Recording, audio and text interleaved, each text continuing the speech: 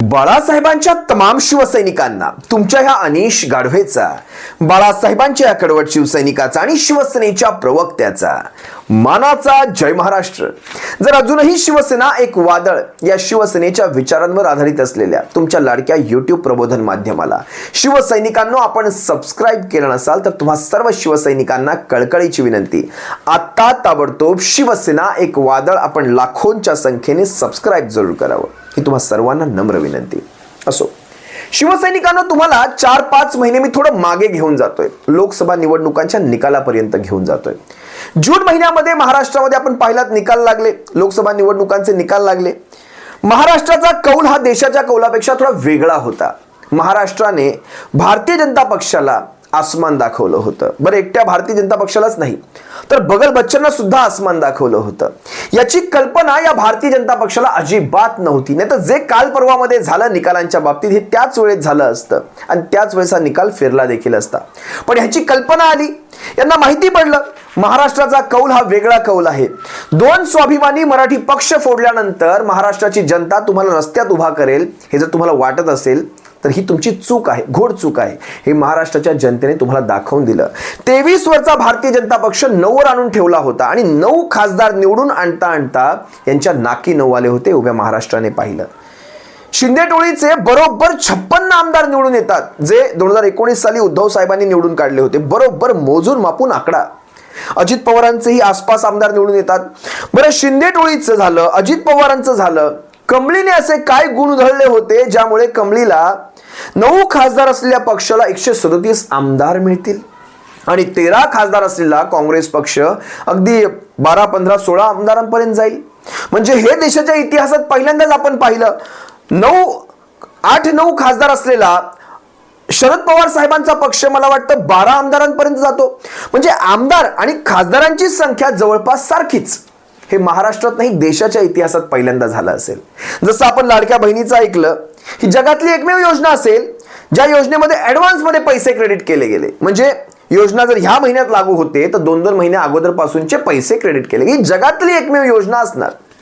अनेक गोष्टी आहेत शिवसैनिकांनो या सगळ्या निकालाकडे पाहण्याच्या, पण आज या सगळ्यामध्ये मी माझा वेळ घालवणार नाहीये. आज मी तुमच्या सर्वांसमोर यासाठी आलोय कारण निकाल लागल्यानंतर आज पहिला दुसरा दिवस असेल. पहिल्या दुसऱ्या दिवसातच तुमचं आमचं काय गेलंय ना या सगळ्यामधनं हे तुम्हा सर्वांसमोर आणणं मला गरजेचं वाटतं. काय गेलं, आपल्या हाताखालून काय गेलं. मी पहिल्या दुसऱ्या दिवशी कुठली निगेटिव्हिटी पसरवणार नाहीये, पण जे घडतंय माध्यमांमध्ये तुमच्यापर्यंत किती पोहोचतंय नाही पोहोचतंय मला माहित नाही, पण जे घडतंय तुम्हा सर्वांसमोर आणणं हे मला गरजेचं वाटतं. आज 1500च्या रेवड्या आणि 1500च्या कवड्या आपल्या अकाउंटमध्ये टाकल्यानंतर आज पहिल्याच दिवशी काय झालं माहितीये तुम्हाला? पहिल्याच दिवशी झालं दुधाचे दर हे 3 रुपयांनी घटले. घटले म्हणजे आपण, तुम्ही, आम्ही एक ग्राहक म्हणून जे दूध विकत घेतो त्याच्यामध्ये घटले नाहीत, तर शेतकरी ज्या किमतीला दूध विकतो, म्हणजे पश्चिम महाराष्ट्रात विशेषतः गोकुळ दूध संघाने 33 रुपये लिटरने जे गोकुळ दूध विकत घ्यायचं शेतकऱ्यांकडनं त्यास 30 रुपयांवर आणलं. आता याचं साधं सिंपल कॅल्क्युलेशन पहा बरं. हे सर्वत्र चर्चेमध्ये आहे. हे आजच का, म्हणजे लोकसभा निवडणुकांच्या निकालानंतर ते आतापर्यंत ह्या 5 महिन्याच्या काळात कुठलीही भाववाढ झाली नाही. पहा तुम्ही. पण ह्या 5 महिन्यांच्या काळात काय घोषणा आल्या? बटेंगे तो कटेंगे, एक रहेंगे तो सेफ रहेंगे, एक रहेंगे तो नेक रहेंगे. म्हणजे महाराष्ट्रात ह्या घोषणा. तिकडे झारखंडामध्ये बांगलादेशी घुसपेटियों से बचना है तो भाजप को लाना है. म्हणजे तिकडे घोषणा वेगळी, इकडे घोषणा वेगळी. या 5 महिन्यात गोकुळच्या दुधाची किंमत 33 वरून 30 मध्ये आली नाही. बघा बरं का, हे असतं डोकं. इथे नाही वाढणार. पण आता निवडणुका झालेल्या आहेत, तुम्ही निवडून दिलेला आहे, तुम्हाला फाट्यावर मारणार आणि हे बघा कशा प्रकारे तुमच्या खिशातनं 1500 काढून घेणार. साधं गणित. 3 रुपयाने दुधाच्या किमती उतरल्या. साधं मी माझ्या घरचं उदाहरण दिलं. समजा माझ्या घरातनं दिवसाला 20 लिटर एवढं दूध डेअरीला जातं. 20 लिटर. आता 20 लिटर 20 गुणिले 3 म्हणजे प्रति लिटर 3 रुपये कमी झाले. 20 गुणिले 3 60 रुपये माझे दिवसाचे कमी झाले. किती? 60 रुपये. आता 60 रुपये दिवसाचे, महिन्याचे काढले तर 60 गुणिले 30 महिन्याचे 30 दिवस 1800 रुपये झाले. माझ्या खिशातनं म्हणजे लाडक्या भावाच्या खिशातनं 1800 रुपये काढले बरोबर, आणि बहिणीच्या खात्यामध्ये टाकले 1500 रुपये. सांगा ना याला म्हणतात का फायद्याचा सौदा? हे असं इकडून तुम्हाला खायला घालणार आणि इकडून ते काढून घेणार, किंबहुना त्याच्याही पेक्षा जास्त तुमचे 300 रुपये जास्तीचे काढून घेतले पहिल्याच दिवशी. अजून 5 वर्ष 364 दिवस काढायचे आहेत. हे 364 दिवस एका वर्षाचे गुणिले 5, बघा ना आपल्याला कुठपर्यंत नेऊन ठेवणार आहेत. हे शेतकऱ्याच्या बाबतीत हे सरकार मला खरं तर नवल वाटतं. काय असं ह्यांनी केलं ह्या 4-4.5 महिन्यामध्ये? काय दिवे लावले की आपण ह्यांना डोक्यावर घेतलं? आणि हा खरंच जनतेचा कौल नाही, हा जनादेश नाही, हा जनादेश आम्ही मानत नाही, हा धनादेश सुद्धा नाही. मी सांगतो तुम्हाला, हे सगळं सेटिंग झालेलं आहे. तेवढ्याच जागा, तेवढ्याच 56 जागा. आज ज्यावेळेस आम्ही ही शंका उपस्थित करतो त्याला काहीतरी तथ्य असतात. तत्पूर्वी तुम्ही हा व्हिडिओ पहा, कशा प्रकारे गोकुळ दूध संघाने 3 रुपये शेतकऱ्याचे कमी केलेले आहेत. बघा शेतकऱ्याच्या पोटावर कशी लाथ मारली जाते. ब्रेकिंग न्यूज, गोकुळ दूध संघाचा दूध उत्पादकांना झटका बघायला मिळतोय. अगदीच गायीच्या दूध खरेदीमध्ये 3 रुपयांची कपात करण्यात आल्याचं कळतंय. तर गोकुळचा दूध उत्पादक शेतकऱ्यांना हा मोठा झटका. गोकुळ दूध संघ गायीचं दूध 30 रुपये प्रति लिटरने खरेदी करणार असल्याचं कळतंय. एकूणच आताची ही महत्वाची बातमी आपण पाहतोय आणि या संदर्भात अधिकची माहिती जाणून घेऊयात आमचे प्रतिनिधी रणजित माजगावकर यांच्याकडून. रणजित, काय सांगाल? हा खरं तर एक मोठा झटका म्हणावा लागेल उत्पादकांना. विधानसभेची निवडणूक होताच गोकुळनं हा पश्चिम महाराष्ट्रातल्या शेतकऱ्यांना एक मोठा झटका दिलेला आहे. कारण जिथं 33 रुपये खरेदी गाई दुधाची होती तिथं आता 30 रुपये केल्याने शेतकऱ्यांचं 3 रुपयाने पुन्हा एकदा नुकसान होणार आहे.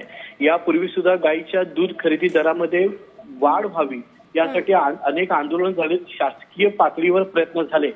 एका लेवलला हे दर स्थिर होत असतानाच गोकुळला अशा पद्धतीनं गाय खरेदी दरामध्ये कपात केल्याने शेतकऱ्यांमध्ये मात्र मोठी नाराजी पसरल्याचे आपल्याला पाहायला मिळत आहे. पश्चिम महाराष्ट्रातल्या सर्व दूध संघांनी अशा पद्धतीची दूध दर कपात केल्याची प्राथमिक माहिती कळते. निश्चितच धन्यवाद तुम्ही दिलेल्या सर्व सविस्तर अपडेट्ससाठी. मात्र आपण बघतोय निवडणूक संपताच दूध उत्पादकांना अतिशय मोठा झटका देण्यात आलेला आहे. निवडणुकांआधी सुद्धा दुधाचा मुद्दा हा मोठ्या प्रमाणात गाजलेला होता, आंदोलनं झालेली होती आणि आता निकाल लागल्यानंतर लगेचच उत्पादकांना हा मोठा झटका. हा व्हिडिओ पाहिल्यानंतर शेतकऱ्यांच्या तळपायची आग मस्तकात गेली असेल. ही सुरुवात झालेली आहे. हा व्हिडिओ बोलका व्हिडिओ आहे, मला काही त्याच्यावर वेगळं बोलायची गरज नाही. पण हा एकमेव गोष्ट नाही झालेली आहे आजच्या दिवसामध्ये. ही एकमेव गोष्ट नाही. चला, हे झालं शेतकऱ्यांच्या बाबतीत. आता शहरामध्ये येतो, विशेषतः ज्यांच्याकडे 4 चाकी आहेत आणि ज्यांच्या 4 चाकींना CNG लावलेला आहे त्यांच्यावर येतो. आज 2 रुपयांनी CNGच्या किमती वाढल्या. म्हणजे 76 वर असलेला प्रति किलो 76 असलेला CNG आज 78 रुपये झालेला आहे. 2 रुपयांनी वाढला. आता जर ह्याचा पण हिशोब तुम्ही लावला तर जवळपास महिन्याकाठी आपले 700-800 रुपये गेले. 700-800 रुपये जर महिन्याकाठी जर आपले जात असतील ते मगाचे 300 वाढीव, हे 700-800 तुमच्या खिशातनं 1000 रुपयाला कात्री मारली पहिल्याच दिवशी. निवडणुकीनंतर पहिल्याच दिवशी असे करून 365 दिवस गुणिले 5 वर्ष काढायचे आहेत. ही देखील एकदा बातमी पहा. जर तुमच्या नजरेतून सुटली असेल तर ही देखील बातमी पहा. 78 रुपयांवर CNG जाऊन पोहोचलाय. आता बघा पुढच्या अर्ध्या दिवसांमध्ये पेट्रोलच्या किमती कशा भटक्यात अप जात आहेत. बघा एका झटक्यात पेट्रोलच्या किमती कशा वर जाणार, जरा पहा ही बातमी. महागाईचा भडका उडवणारी बातमी. CNGच्या दरामध्ये 2 रुपयांनी वाढ करण्यात आली आहे. महानगर गॅस लिमिटेडनं CNGच्या दरामध्ये वाढ केली आहे आणि हे नवे दर आजपासून आता लागू करण्यात आलेले आहेत. या वाढीमुळे CNGवर धावणाऱ्या वाहनांना आता जास्त पैसे मोजावे लागणार आहेत. त्यामुळे मुंबई आणि आजूबाजूच्या भागामध्ये CNGची किंमत आता 77 रुपये प्रति किलोग्राम एवढी झालेली आहे.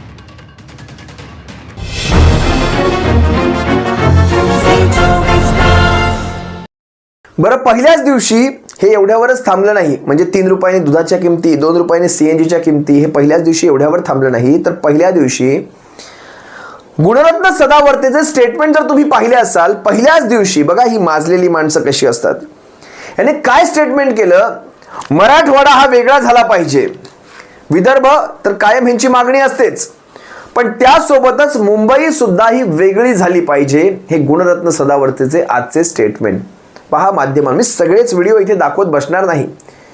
या गोष्टींना तुम्हाला जर हेच पाहिजे होतं आपणा सर्वांना आणि अशाच प्रकारचे सुखाचे दिवस पाहिजे असतील, अच्छे दिन आपल्याला जर पाहिजे असतील, म्हणजे मुंबई वेगळी झाली पाहिजे, मराठवाडा वेगळा झाला पाहिजे, विदर्भ वेगळा झाला पाहिजे, वरती खानदेश वेगळा झाला पाहिजे, यांचं उद्दिष्ट काय नेमकं महाराष्ट्राला घेऊन? मग आज मुंबईतनं उद्योगधंदे तर बाहेर गेलेच गेले. मुंबईतनं रेल्वे जोडली जाते, बुलेट ट्रेन जोडली जाते अहमदाबादला. त्याचं कारण माहितीये तुम्हाला? सकाळ संध्याकाळ अपडाऊन करता यावं. मुंबईतनं जास्तीत जास्त गोष्टी कशा बाहेर जातील आणि इथल्या व्यापाऱ्यांसाठी कशा प्रकारे हे सुखकर होईल हा प्रवास, यासाठी हा सारा अट्टहास केला जातो. या गोष्टी आपल्या लक्षात येत नसतील. मुंबई वडोदरा हायवे असेल, मुंबई सुरत हायवे असतील, या हायवेची कामं पटपट पण मुंबई गोवा मात्र होत नाही. जिथे चाकरमान्यांचा प्रश्न येतो, लक्षात घ्या, अनेक गोष्टी आहेत. ह्या आपल्याला जर कळाल्या असत्या, खरं तर मला काल परवाचं ते दहिसरच्या त्या मनसेच्या पदाधिकाऱ्याचा तो व्हिडिओ चांगला आठवतोय, जो म्हणतो माझ्या घरामध्ये 4 मतं आहेत. जो स्वतः उमेदवार होता तिकडे, येरुणकर नावाचा मनसेचा दहिसरचा, त्याच्या घरामध्ये 4 मतं, पण त्याला मशीनवर 2 मतं मिळतात. म्हणजे तो म्हणतो माझ्या आईने किंवा बायकोने किंवा मुलीने मला मत दिलं नसेल किंवा माझं स्वतःचंही मत मला पडलं नसेल. माझ्या घरात जर 4 मतं असतील तर मला 2 मतं कशी मिळाली? हे प्रश्न बोलके आहेत शिवसैनिकांना. हे मनसेचं उदाहरण आहे म्हणून मी सांगितलं. शिवसेनेच्या उमेदवारांकडनं किंवा त्या काउंटिंग एजंटकडनं देखील अनेक प्रश्न तिथे उपस्थित करण्यात आलेले आहेत. अनेक ठिकाणी जवळपास 288 पैकी जवळपास 96 ठिकाणी हे प्रश्नचिन्ह उपस्थित झालेले आहेत आणि याची बातमी स्वतः लोकसत्ताने प्रसिद्ध केली आहे कालच्या त्यांच्या अंकामध्ये. 90 ठिकाणी जवळपास. हे काही असंच घडलेलं नाहीये शिवसैनिकांनो. हा सारा विजय संशयाच्या भोवऱ्यामध्ये आहे. कित्येक ठिकाणी सील तुटलेल्या त्या ईव्हीएम मशीन्स, त्यांच्या चार्जिंग 99%, हे सारे म्हणजे हे सगळे निव्वळ योगायोग आपण कसे म्हणू शकतो?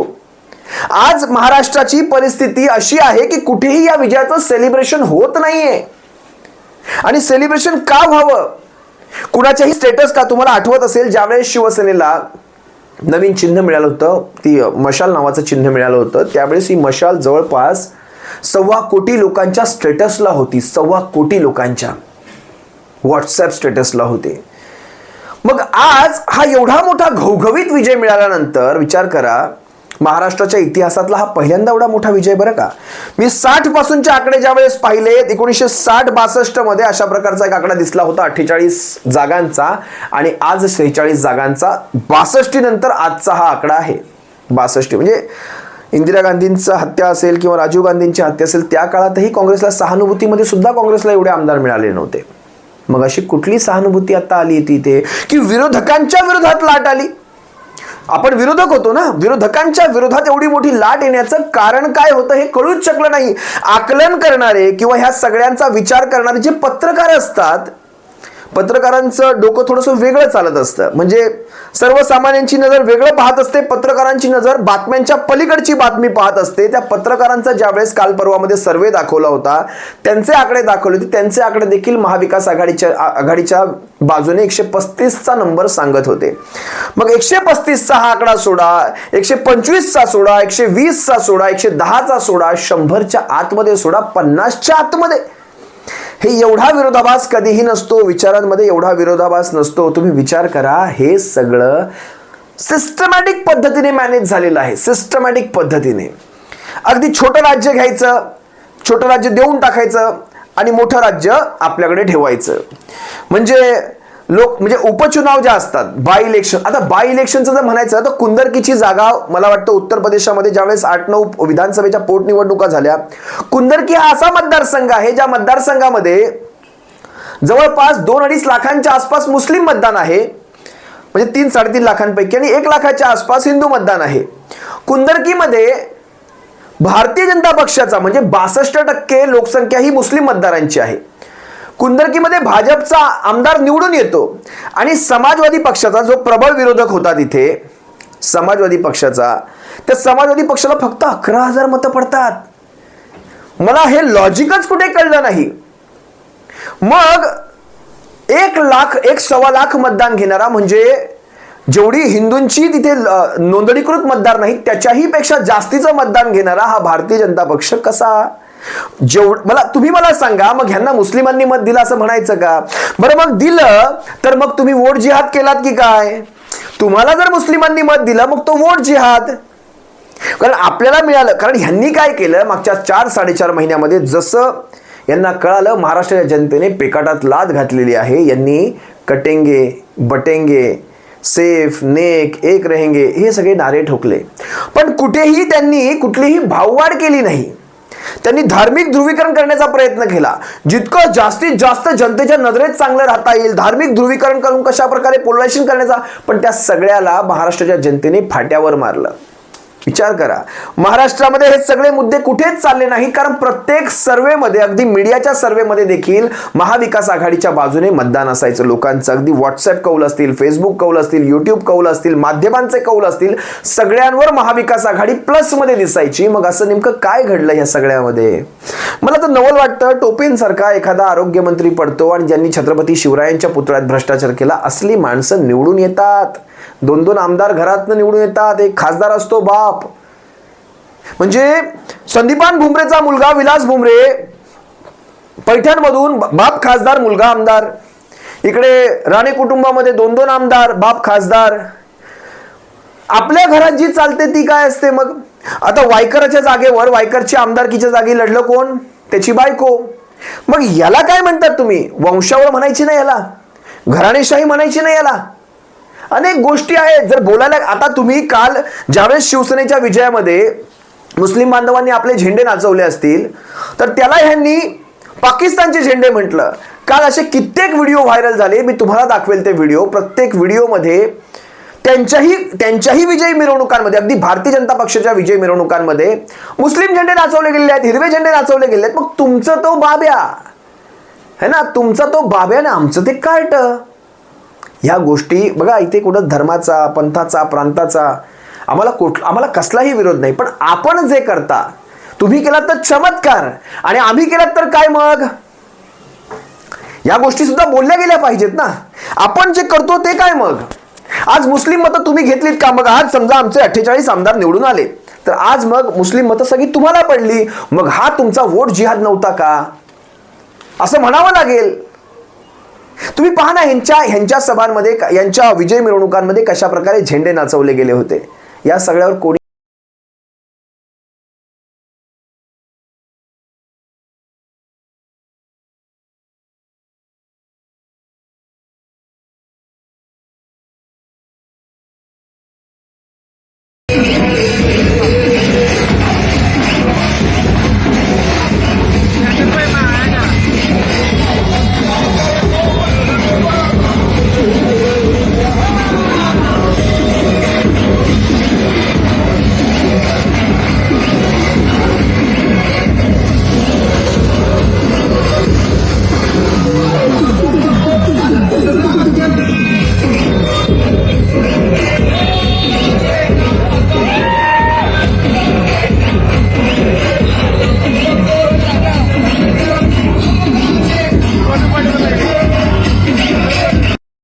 आमचा कोणताही प्रश्न नाही यांच्यावर की तुमच्यामध्ये असे झेंडे का नाचवले गेले. पण ज्या वेळेस सगळेच समाज आपलं सेलिब्रेशन जर करत असतील तर तिथे तुम्ही दुसऱ्याला नावं ठेवणार. मग स्वतःच्या या झेंड्यांच्या बाबतीत तुम्ही काय म्हणणार? आमचा हा प्रश्न आहे, एक साधा प्रश्न आहे. कमीत कमी आपल्या ह्या उन्मादामध्ये त्याची कारणं अशी वेगळी देऊ नका इतरांच्या बाबतीत, बरोबर? ती कारणं अशी वेगळी द्यायची नाही. असो, अनेक गोष्टी आहेत सांगण्यासारख्या, सर्वच्या सर्व तुम्हा सर्वांसमोर ठेवेल. अनेक गोष्टी घडणार देखील आहेत पुढे भविष्यामध्ये. पुढच्या काही दिवसांमध्ये तुम्हाला काही गोष्टी दिसतील देखील. या सगळ्यावर आपण कशा प्रकारे आक्षेप तयार करतोय किंवा या सगळ्यावर आपण कशा प्रकारे एक वातावरण तयार करणार आहोत आणि या सगळ्याला आपण चॅलेंज देखील करतोय की नाही करतोय, हे सगळं तुमच्या सर्वांसमोर येईलच. तुर्तास मी तुम्हा सर्वांची रजा घेतो. सप्रेम जय महाराष्ट्र बाळासाहेबांच्या शिवसैनिकांना. काळजी घ्या.